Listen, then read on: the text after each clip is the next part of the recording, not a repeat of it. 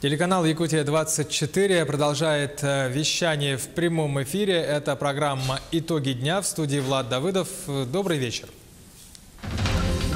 Бескровно и эффективно в Якутске начали практиковать уникальный метод удаления грыжи межпозвонкового диска. Как именно работает этот метод? ГРЭС-2 будет мощнее. Принято решение о строительстве второй очереди крупного энергообъекта в столице. В какие сроки и что это даст региону? Лучший бизнес-отель Дальнего Востока уйдет с молотка. Полярная звезда в Якутске будет продана. Алроса объявила аукцион. Зачем это делается? Мои идеи Дальнему Востоку. Общественная палата республики завершила сбор предложений по развитию макрорегиона. Сколько их поступило от якутян? 150 спортсменов собрал ринг в Якутске. Стартовали соревнования по боксу на призы Международного фонда «Дети Саха-Азия». Цель состязаний и турнирные расклады.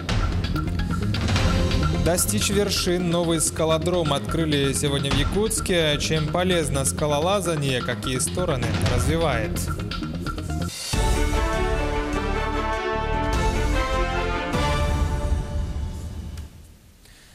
Генеральный директор компании «Колмар» Артем Левин принес соболезнования семье погибшего шахтера.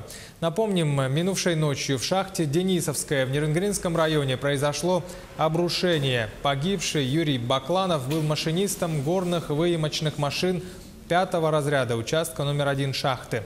Ему был 51 год. Он работал в шахте 10 лет. В прошлом году был награжден благодарностью Министерства энергетики России. Как сообщили в администрации Нерюнгри, у мужчины остались жена и 2 детей. Администрация рассматривает вопросы оказания помощи семье погибшего. После ЧП горнообогатительный комбинат работу не приостанавливал. В компании также сообщили, что в настоящий момент опасность другим шахтерам не угрожает. Со стороны компании будет оказана вся предусмотренная коллективным договором помощь семье. Будут организованы похороны погибшего. По предварительной оценке с нашей стороны, это влияние горно-геологических условий, рассвоение пород выше замка анкерного крепления. Дополнительные причины основные будут установлены по результатам проведения служебного расследования. В настоящее время формируется комиссия по проведению расследования смертельного несчастного случая под председательством Ростехнадзора по Республике Саха-Якутия. Открытие ледовой переправы через реку Вилюй в Верхневилюйском районе было назначено на 1 декабря, но из-за прибытия надледной воды возникли проблемы. На данный момент ведут работы по насыпи песчано-гравийной смеси и замораживанию на участках. Сообщается, что в укреплении льда и в устранении возникших проблем работают 5 единиц техники, рабочие. В этом году длина ледовой переправы через Вилюй 1 километр 100 метров. По данным 28 ноября появилась полония шириной 80 метров, глубиной 90 сантиметров. А по данным 29 ноября полония увеличилась до 87 метров шириной, а глубина где-то метра. Пока ничего заранее сказать не могу. Работы ведутся всеми силами. И если все успешно пройдет, открытие ледовой переправы будет произведено по календарному графику. В Аймяконском районе инспекторы ГИМС в целях обеспечения безопасности людей и недопущения провалов транспорта под лед ведут выездные рейды на переправах. Накануне спецгруппа проверила ледовую переправу по маршруту Усть-Нера-Дражный и предотвратила там несанкционированный выезд на лед. В этом году у нас в районе наблюдается аномально теплая зима. До сих пор на реке Индигирка нет полного ледостава. Местами наблюдаются полыньи, промоины, наледи, что откладывает пробивку ледовых переправ на более поздний срок. Призываем всех водителей и любителей зимней рыбалки воздержаться от выезда на лед до официального открытия ледовых переправ, о чем население будет предупреждено через средства массовой информации. Переходим к другим темам. 10 тонн якутской рыбы привезли в Москву на Дни Дальнего Востока. Об этом на специальной пресс-конференции заявила глава республики Айсен Николаев. Напомним, основные мероприятия пройдут на 2 площадках. С 3 по 9 декабря на Тверской площади организуют дальневосточную ярмарку, а с 13 по 15 число в павильонах Экспо-центра состоится фестиваль Дальнего Востока. Делегация Якутии будет участвовать не только в культурной программе, запланированы круглые столы, в том числе по обсуждению стратегии развития республики до 2032 года, поддержке туристического потока и развития IT-отрасли. Дни Дальнего Востока, которые уже традиционно здесь у нас начинают проводиться в городе Москве, они послужат очень важной цели, чтобы все-таки как можно больше людей в нашей стране понимало, что такое Дальний Восток, понимало необходимость развития Дальнего Востока и хотела бы принимать участие в этом, на самом деле, очень важном деле. Тем временем Общественная палата республики завершила сбор идей и предложений по развитию Дальнего Востока. Сегодня их обсудили с общественностью и депутатами парламента республики. Напомним, начиная с 6 ноября в регионе проходили общественные десанты.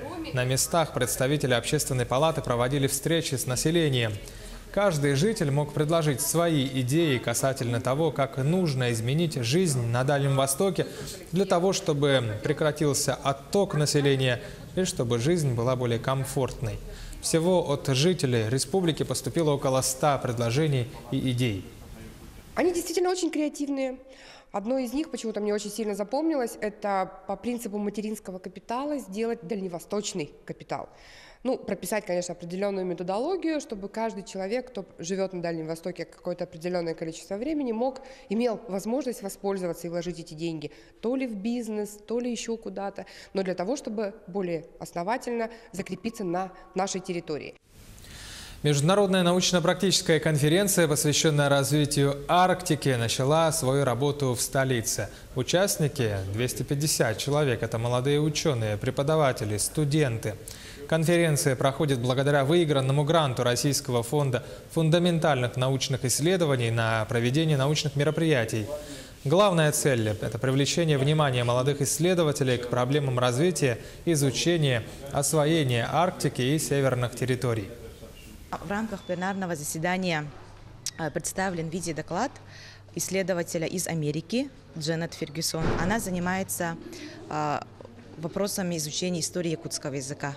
Она исследует лексику природного окружения, то есть с помощью лексики растительного мира, то есть названий растений, цветов и так далее, она хочет определить географическую локализацию прародины якутов. Это очень интересно, потому что человек, на самом деле, который живет в Америке, хочет заниматься вопросами происхождения народа Саха. Поэтому ее доклад будет представлен на пленарной части нашей конференции. Ну и итогом конференции станет сборник научных результатов наших участников в базу данных РИНС. Принято решение о строительстве второй очереди Якутской ГРЭС-2. Якутскэнерго планирует начать проектирование в следующем году, а пока идет конкурс на отбор проектировщика. Проект реализуется в соответствии с указом главы Якутии Айсена Николаева о формировании социальной, транспортной, энергетической инфраструктуры на территории республики. В какие сроки построят и что даст ввод нового объекта в регионе? Репортаж Юрия Осипова. Расширение Якутской ГРЭС-2 сделает энергосистему Якутии еще более устойчивой. И нынешняя первая очередь, и будущая вторая должны заменить выбывающие мощности старой Якутской ГРЭС. Активная фаза строительства второй очереди начнется после разработки проекта. На сегодняшний день мы с вами планируем пройти максимум нагрузок на уровне 330 мегаватт.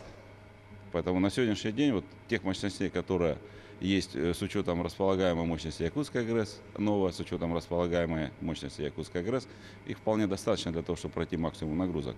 Но через 1-2 года часть оборудования будет выводиться из строя, вернее из работы, и основная нагрузка будет переводиться уже сюда, на новую станцию.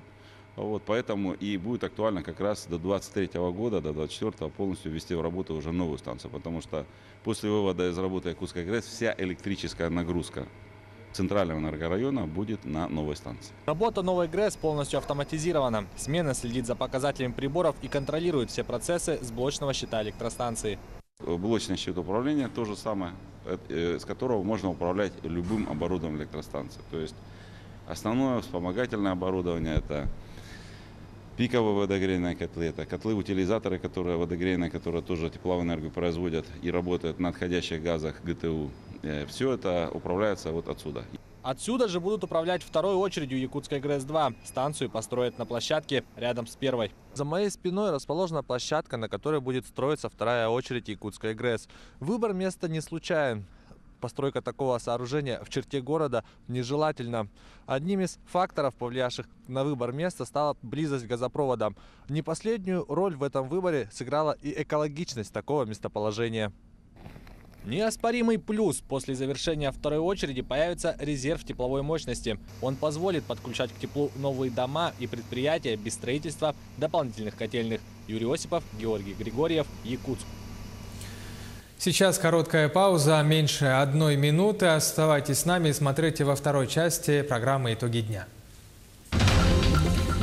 Бескровно и эффективно в Якутске начали практиковать уникальный метод удаления грыжи межпозвонкового диска. Как именно работает этот метод? Лучший бизнес-отель Дальнего Востока уйдет с молотка. Полярная звезда в Якутске будет продана. Алроса объявила аукцион. Зачем это делается? 150 спортсменов собрал ринг в Якутске. Стартовали соревнования по боксу. На призы дети из Саха-Азии. Цель состязаний – турнирные расклады. Достичь вершин. Новый скалодром открыли в Якутске. В каком районе, чем полезно скалолазание, какие стороны развивает.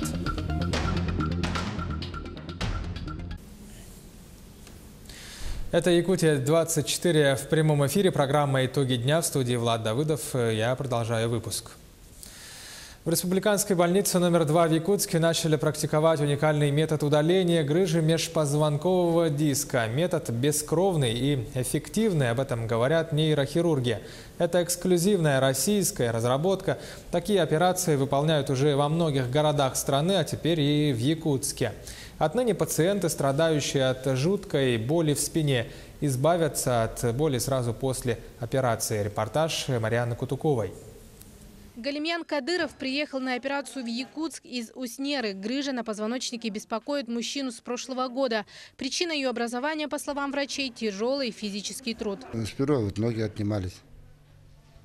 А потом осенью уже 17-го года руки-ноги начали отниматься. И вот это повторение часто проходит, где-то месяц, полтора-два, вот так опять вот так происходит. Я уже на пенсии, я не работаю, профбольной, как бы в шахте работаю, проходки. Сейчас. Тогда врачи говорят, из-за работы, да, тяжело? Ну да, из-за вибрации говорят так.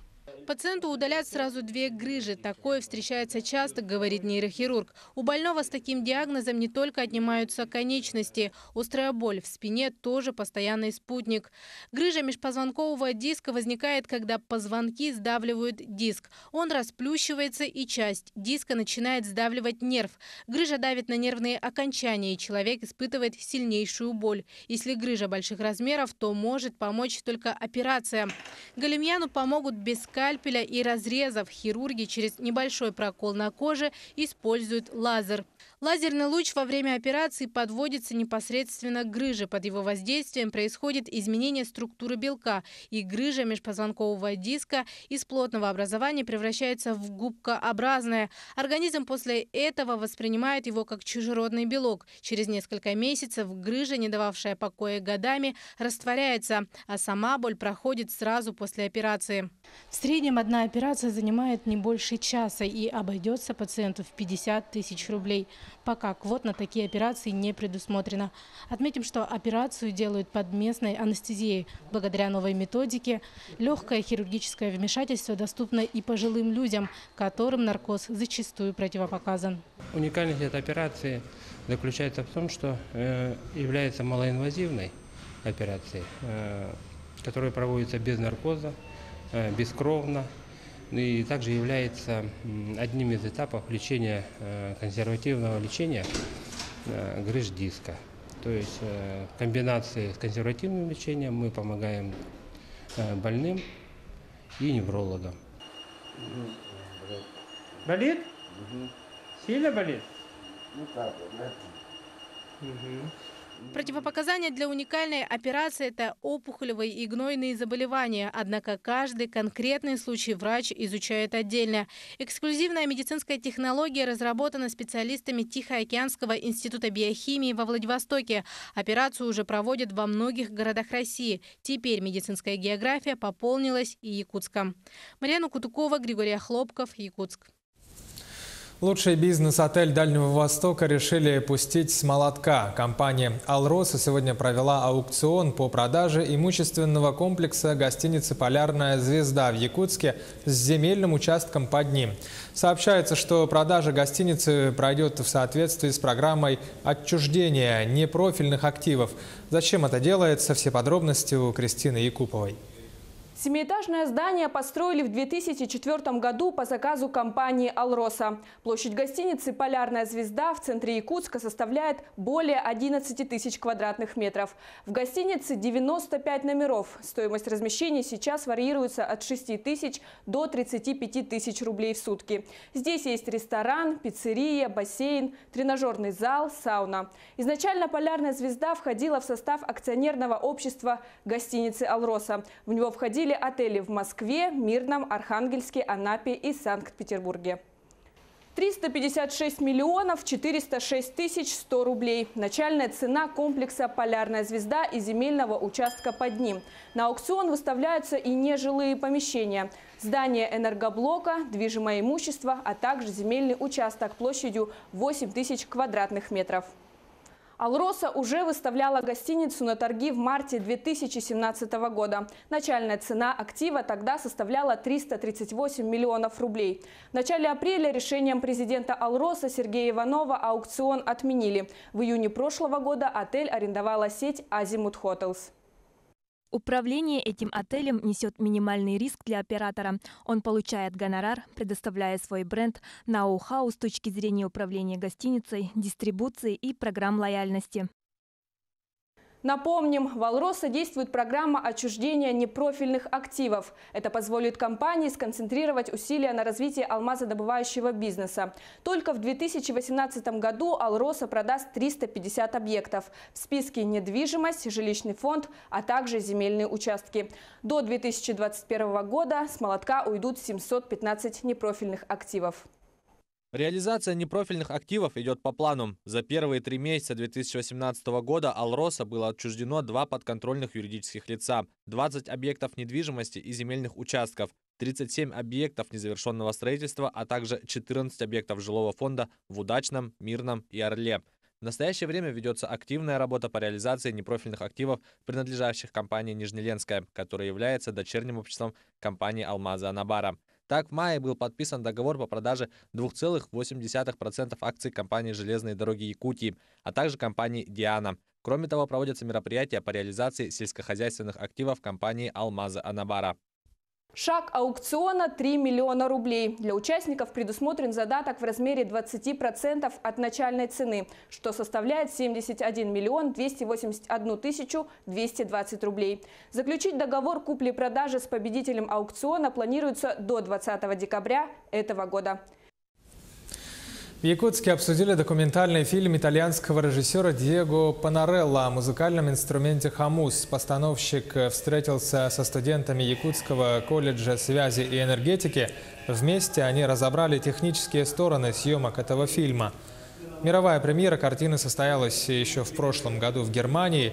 Это произведение – итог 5-летней работы Международного центра хамуса народов мира и кинокомпаний Сицилии и Германии. Премьера в Якутии прошла накануне. Картина повествует о судьбе простого итальянского парня, который влюбляется в органную музыку и обретает самого себя. Съемки фильма проходили в Италии, Германии и в Якутии. Когда я научился играть на этом инструменте, я практически ощутил на себе, как будто он разговаривает со мной. Через этот инструмент вы выражаете себя. Он тесно связан с мышлением. Кладете его к своим зубам, идет вибрация. У вас поднимается спина и голова. Фильм идет от первого лица. Когда вы играете на хамусе, вы же тоже играете от первого лица. Новый скалодром открыли сегодня в Якутске. Сообщают, что цель – развитие скалолазания как олимпийского спорта. Как именно развивает человека этот вид, в чем главная особенность? Сюжет Дмитрия Тымырова.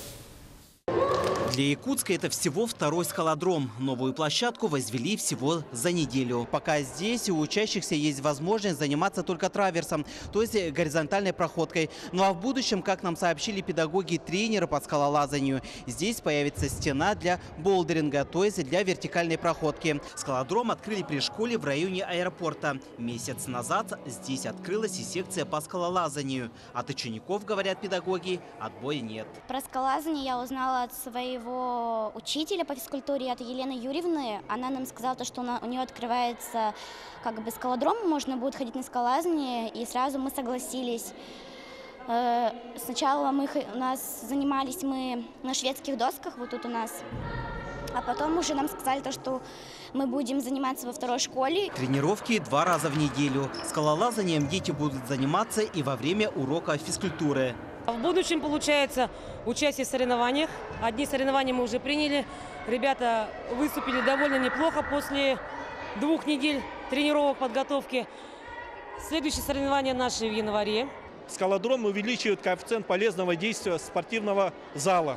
Используется не только горизонтальная поверхность, но и вертикальная поверхность. Дети, которые занимаются скалолазанием, если судя по спортсменам, это профессора физико-математических наук, люди достаточно умные, потому что, чтобы лазать, надо как играть в шахматы, но при этом еще надо уметь рассчитывать свои физические возможности. Скалолазание нужно развивать, уверены юные спортсмены и тренеры. Создавая инфраструктуру, мы закладываем фундамент для будущих побед. Ведь спортивное скалолазание уже вошло в программу летних Олимпийских игр. Впервые за медали атлеты будут бороться в 2020 году в Токио. Дмитрий Тымыров, Георгий Григорьев, Якутск. В Якутске стартовали соревнования по боксу на призы Международного фонда «Дети Саха-Азия». Участие принимают 158 школьников со всей Якутии.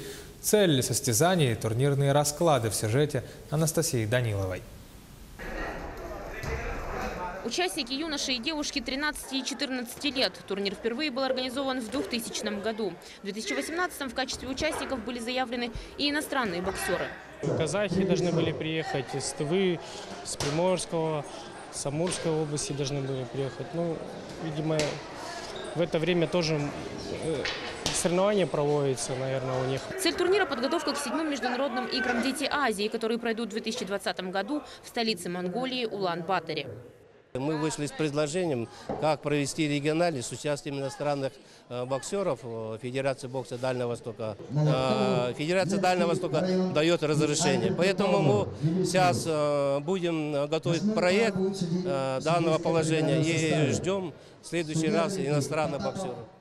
Из участников и победителей турнира выросли чемпионы, которыми гордится вся страна. Среди них чемпион Европы Василий Егоров. Новому поколению ставят его в пример. Мне нравится бокс. Я призер Якутска. У меня 14 боев, из них я выиграл 11. Не пропускаю тренировки. Каждый день по 2 тренировки.